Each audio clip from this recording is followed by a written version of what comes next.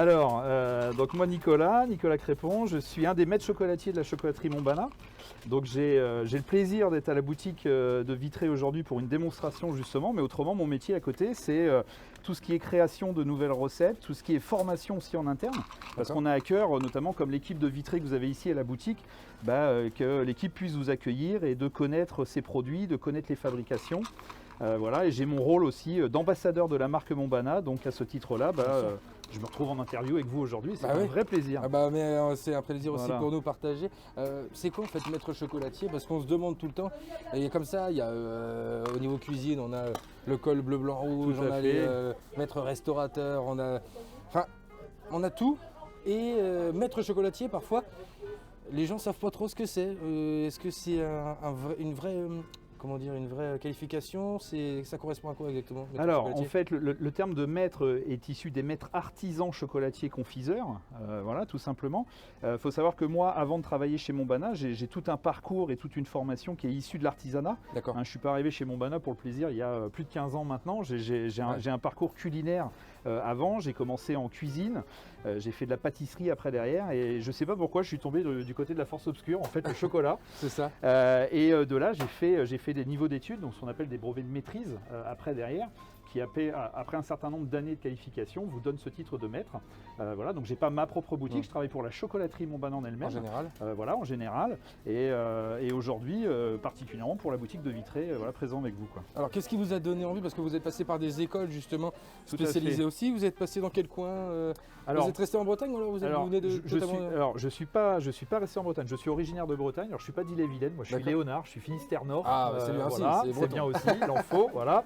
Par contre, j'ai fait mes études en région parisienne. D'accord. Voilà, j'ai fait les écoles de Paris. J'ai fait Tecoma, Ferrandi, l'école de Paris des métiers de la table. Et j'ai commencé en cuisine tout simplement parce que quand j'étais petit, j'adorais faire les gâteaux à la maison, j'adorais faire la pâte à crêpes avec ma grand-mère à Port-Salle et à Landerneau, voilà. Et très rapidement, en fait, je me suis dit, bah non, c'est ce que tu veux faire. Ouais. Et en fait, je suis parti en école hôtelière et de l'école hôtelière, je suis parti en formation en pâtisserie et en chocolaterie après derrière. Voilà.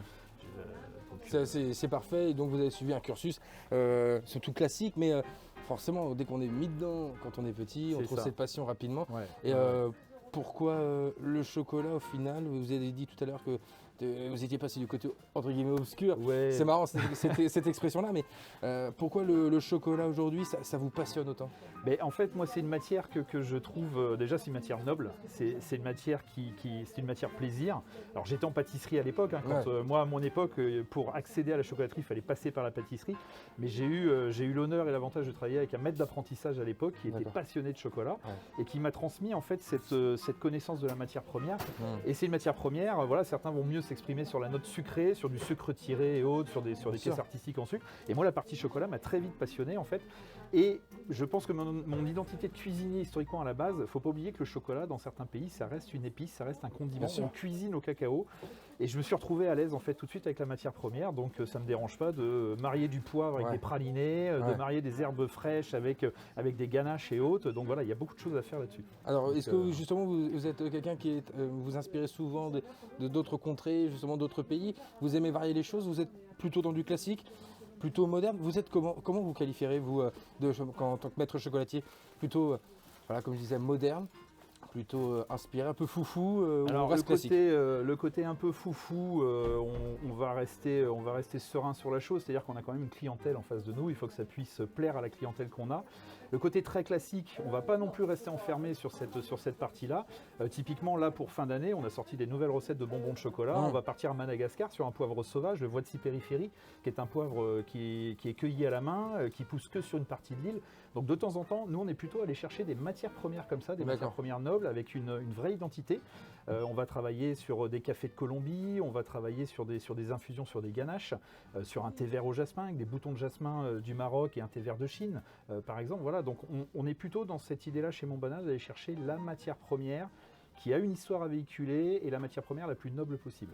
Après, le côté foufou, de temps en temps, oui, on peut se faire plaisir, mais on reste quand même sur un créneau où c'est identifiable. Quand on annonce un goût d'une ganache chocolat blanc citron vert, il faut qu'on retrouve le citron vert. C'est ça. Voilà, c'est pas plus compliqué que ça. Ah, donc là, vous avez quoi dans votre poche alors, Nicolas? Je suis sur un chocolat noir à 65% de cacao, donc on va vous préparer des mendiants. donc qui est un chocolat traditionnel de la chocolaterie française, avec une amande, une noisette caramélisée, des brisures de meringue et des éclats de cranberry. Voilà. On va se rapprocher pour voir tout ça, c'est vrai que ça a l'air très sympathique. Tac.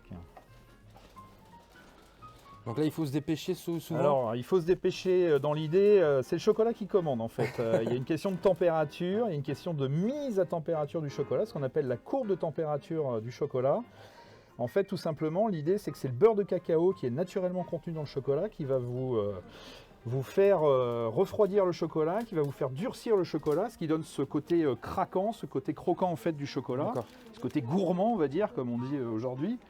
Et donc dans l'idée, en fait le chocolat lui il va pas vous attendre, il va commencer à refroidir assez rapidement et donc on a très peu de temps si on veut que les fruits secs puissent venir coller au chocolat, de venir les déposer lorsque le chocolat est encore liquide. D'accord. Voilà. Donc tout ça c'est un vrai métier, hein. C'est pas improvisé, tout le chocolat en plus c'est une science, hein. Vraiment il y a une température exacte où il faut faire couler tout ça. Tout à fait. Là, le chocolat noir, on va travailler dans une fourchette de température entre 30 et 32 degrés. Donc effectivement, comme vous l'avez dit, hein, c'est un métier, il y a des formations, et puis c'est ce qu'on appelle les métiers passion. À un moment donné, voilà, un petit peu plus de 27 ans dans le métier. Donc voilà, donc l'idée là, c'est qu'on puisse donner un maximum de gourmandise aux mendiants, d'apporter une diversité en fait au niveau des fruits secs, des propositions de recettes. Donc ça après vous les retrouvez dans les boutiques après chez Montbana et ici à la boutique de Vitré bien entendu. La question aussi, moi je me pose parce qu'aujourd'hui avec tout ce qui est recherche, il y a tellement de monde aussi sur ce marché, on teste tellement de choses. Tout à fait.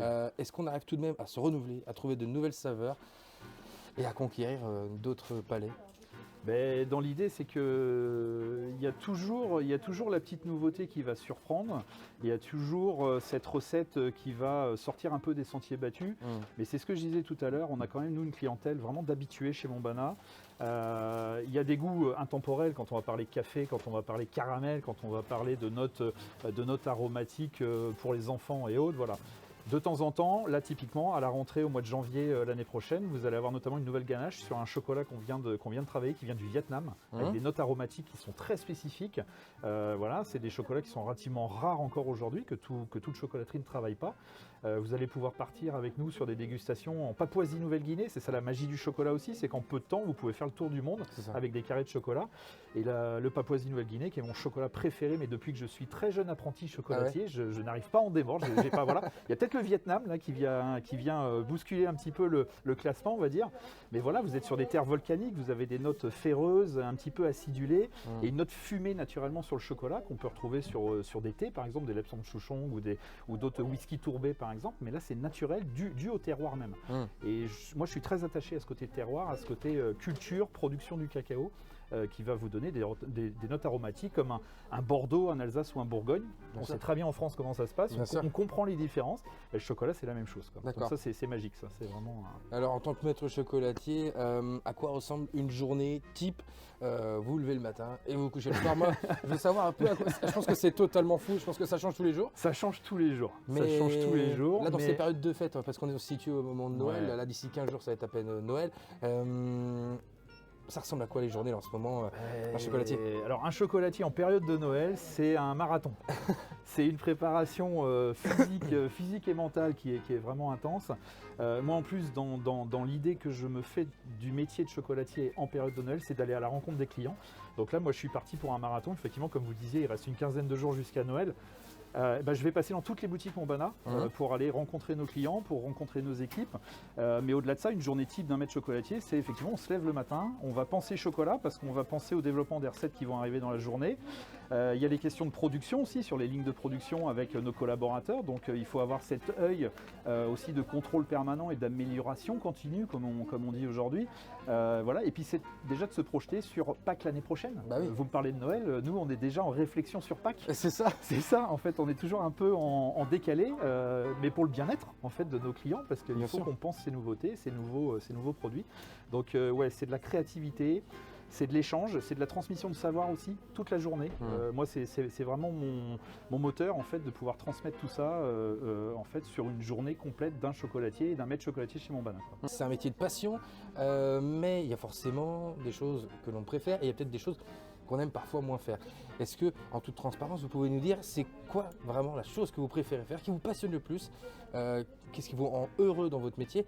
Et des fois, est-ce qu'il y a un petit truc qui est un peu plus chiant, on est obligé de le faire, mais ça fait partie du métier aussi. Ouais, alors le côté heureux, moi, c'est le regard des clients, c'est le regard des enfants quand ils rentrent dans une boutique à qui on va proposer du chocolat, qui n'osent pas, ils sont là, ils sont est-ce que j'ai le droit, voilà, qui regardent gentiment les grands, les adultes au-dessus, voilà. Ah oui. Et une fois qu'ils ont le chocolat en bouche, c'est juste un émerveillement.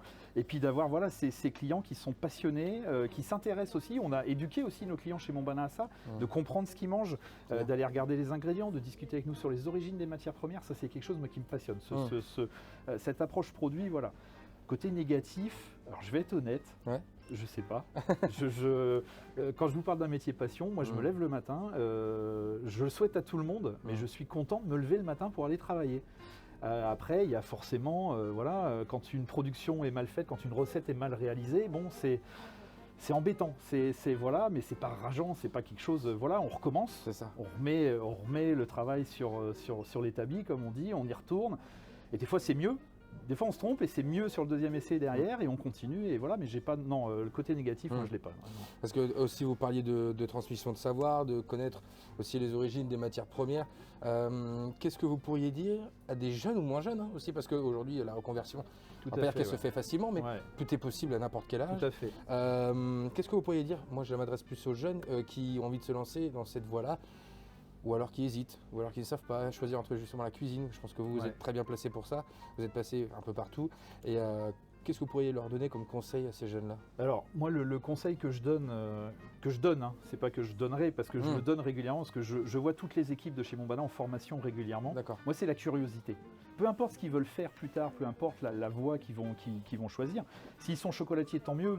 Voilà, c'est pas le souci. S'ils veulent être cuisiniers, ou même coiffeurs, ou même simple vendeur, ou autre, peu importe. Le leitmotiv chez moi, c'est la curiosité. C'est toujours d'être capable d'aller plus loin dans ce qu'on va vous demander. Ok, vous êtes vendeur de chaussures, bah oui, mais la chaussure, elle est faite comment? Le talon, il est bobine, il est monté à la main, la chaussure, elle est finie à la main. Votre chocolat, ok, c'est du chocolat, mais on fait tous du chocolat en tant que chocolatier. Qu'est-ce qui va nous différencier sur l'argumentaire, sur le choix de la matière première et autres? C'est cette curiosité. Donc voilà, et puis d'avoir envie. Si le matin, on se lève, qu'on n'est pas rassuré ou pas confiant dans ce qu'on fait tous les jours, faites autre chose. On a le temps aujourd'hui voilà, alors c'est pas une question de sauter d'emploi en emploi, de métier en métier, mais à un moment donné, il faut rencontrer son métier, il faut que le métier vous rencontre, et puis derrière, c'est que de la passion après. On va se pencher du coup sur vous, qu'est-ce que vous préparez pour Noël? Il y a forcément des petites spécialités, des choses qui vont revenir chaque année parce que les clients aiment ça. Cette année, on va être sur quoi à peu près? Alors dans l'idée, nous, on a toujours les grands classiques qu'on va retrouver chez Monbana. On a un très bon chocolat de Noël, le 24 décembre, tranquillement, on attend l'arrivée du Père Noël. C'est ça. D'ici une petite quinzaine de jours, on va être au pied du sapin, le feu de la cheminée est là. Et un chocolat chaud au pain d'épices, là on va être super au top. Et puis pour le soir du réveillon, on vous a préparé des nouvelles recettes aussi de bonbons de chocolat. Vous aviez ce que je vous parlais tout à l'heure, le Voici périphérie, ce poivre sauvage de Madagascar, qui n'est pas du tout un poivre agressif. On est plutôt sur des notes d'agrumes et des notes florales. On a également travaillé des nouvelles ganaches sur des notes de miel, donc avec un véritable miel de montagne français, avec la famille Chélan. Voilà, c'est une troisième génération d'apiculteurs français dans les Alpes du Sud. Vous voyez, quand je vous parlais du choix des matières premières, nous aussi on a à cœur d'aller chercher cette matière première-là, et voilà. Donc on a des notes aromatiques sur le miel qui sont très florales, qui sont très sympas. Voilà. Je vais terminer. Avant de conclure, je voulais aussi penser aux personnes qui regardent ce reportage, qui ne sont pas forcément fans de chocolat, qui se demandent, moi je sais pas, chocolat au lait, chocolat blanc, chocolat praliné, on a tellement de sortes.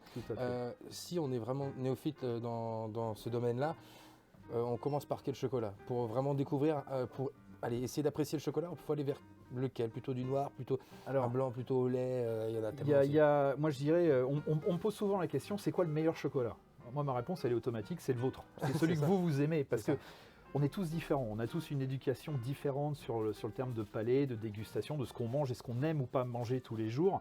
L'avantage du chocolat, et je le vois souvent sur le chocolat noir, j'ai beaucoup de personnes qui me disent « Ah non, le chocolat noir, moi je peux pas, voilà ». Bah en fait si, quand on approche le chocolat noir différemment, plutôt que de penser que à l'amertume, mais plutôt des notes aromatiques liées au terroir, comme je vous parlais tout à l'heure, sur le Papouasie, sur voilà. On a un chocolat du Costa Rica qui est très doux, qui est un chocolat noir qui est très doux. On a un chocolat à 75% de cacao chez Mombana, qui vient de Tanzanie. Alors vous êtes au pied du Kilimandjaro, la terre des Maasai.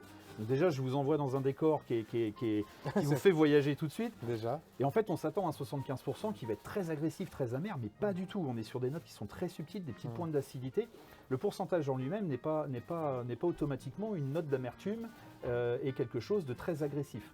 Après, dans la découverte du chocolat, bah, c'est ce que je vous disais tout à l'heure aussi, c'est cette curiosité. Il ne faut pas hésiter à aller goûter du chocolat au lait, de me faire entendre dire oui mais le chocolat blanc c'est pas du chocolat. Oui, mais déjà on n'aurait pas le droit de l'appeler chocolat dans ces cas-là parce qu'on est en France, il ne faut pas l'oublier, tout est bien, bien légiféré, bien réglé.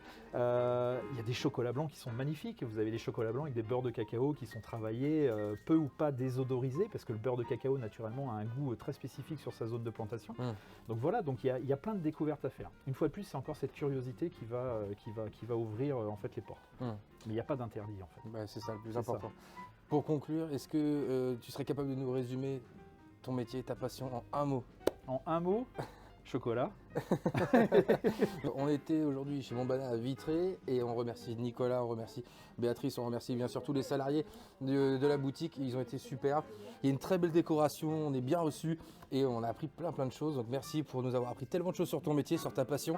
Parce que j'espère que ça va créer des vocations chez les jeunes. Aussi, et puis les gens vont se dire, en fait on fonce quoi, comme tu dis, on fonce. Il faut y aller. Bah, merci de nous avoir suivis sur Cause Média Vitré. On se souhaite une belle journée, une belle soirée en fonction de quand et où vous regardez. Et on se retrouve très rapidement. Ciao, ciao.